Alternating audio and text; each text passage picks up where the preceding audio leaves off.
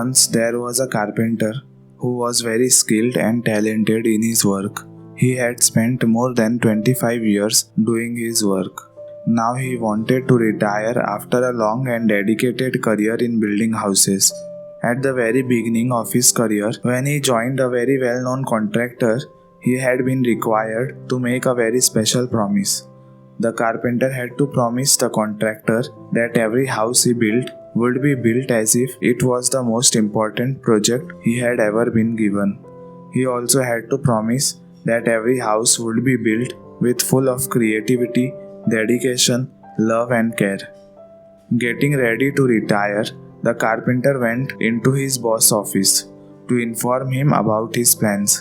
The carpenter said, "The house I have just completed would be my last. I would like to retire from the service now." The boss said, "I am sorry to see you leaving our organization. May I request you to be kind enough to do a final favor for me?" The carpenter replied, "Please sir, tell me what can I do for you?" The boss said, "Just build me one more house, then you are free to go." The carpenter respected the boss to a great extent, so he agreed with him and immediately started to work on the new house. But unlike every other house he had built in the previous few years, he didn't use the full scope of his expertise on this last one. To complete the project in record time, he used every shortcut he knew. The only reason behind this is that he wanted to start his second innings after retirement as soon as possible. He cut corners, used supper materials, and rushed to complete the task. The carpenter finished the house in a matter of weeks. Finally, the carpenter called his boss and showed him around the house. The employer was very happy and grateful to him. He said to the carpenter in a gentle tone, "Thanks for doing this personal favor for me." Then the employer handed over the carpenter some papers and keys to the front door and said, "These are for you.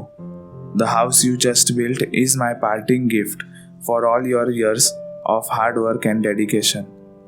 He could not believe that the home he had just built was his own. If he had known this, he would have put his very best into it.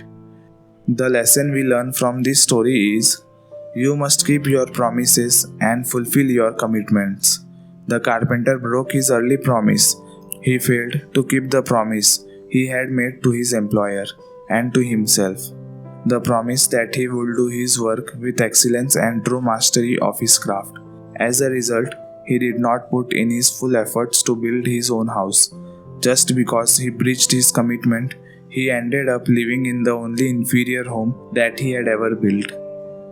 In our life, we break promises and end up living in less than ideal circumstances that we have created by our own actions. The short motivational story makes us realize that whatever we do in our day-to-day life, we should do it with utmost passion and love, just like it's for our own self. This is Wisdom Arc. Thanks for watching and keep smiling.